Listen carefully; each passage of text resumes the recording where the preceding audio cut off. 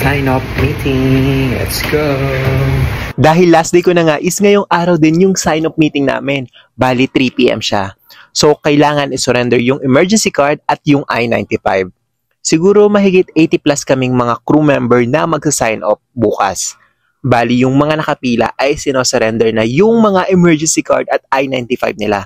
Tapos, binibigay na din itong sign-up checklist namin together with crew baggage tag. Welcome to your sign-up meeting. Yahoo! For sure, lahat ng mga nandito ay excited na makauwi. Ay di pala lahat kasi yung iba for transfer sa ibang barko. O diba, halata naman sa ngiti ko yung excitement. Tsaka, ng kasama ko na si Bitsuno from India. So, dinidiscuss lang sa amin yung mga important reminders while nakabakasyon. Dahil mamayang gabi pa naman yung last duty ko, bali ayan, sinusulit ko na yung time ko with Wonder of the Seas. Nakatatlong kontrata nga rin pala ako sa barko na to. Kaya masaya na malungkot. Pero ganun talaga, sa mundo nga is walang permanente. Kaya dapat matuto tayong mag-adjust katulad na lamang sa buhay pagbabarko. Kasi hindi na sa barkong to yung next contract o balik ko.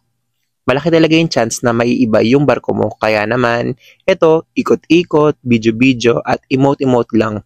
Memories kumbaga. So, kinagabihan nga, mga bandang 10 o'clock is kailangan na ngang dalhin yung luggage ko for scanning. Mandatory to sa lahat ng mga uuwi or kahit transfer. Buti na lang din talaga is nasa forward yung kabina ko kaya di masyadong malayo yung pagdadalhan ko. Bali, scan lang ng security at i-check baka may nag-uwi ng lababo kasi. Pero joke lang yung sinabi ko Usually, ang pinaka-check nila is kung may alak sa loob ng luggage na binili at hahanapin yung resibo mo. Kaya yung part 2 nito, abangan mo kasi hanggang part 3 to. So yun lang. Thanks for watching. Bye-bye!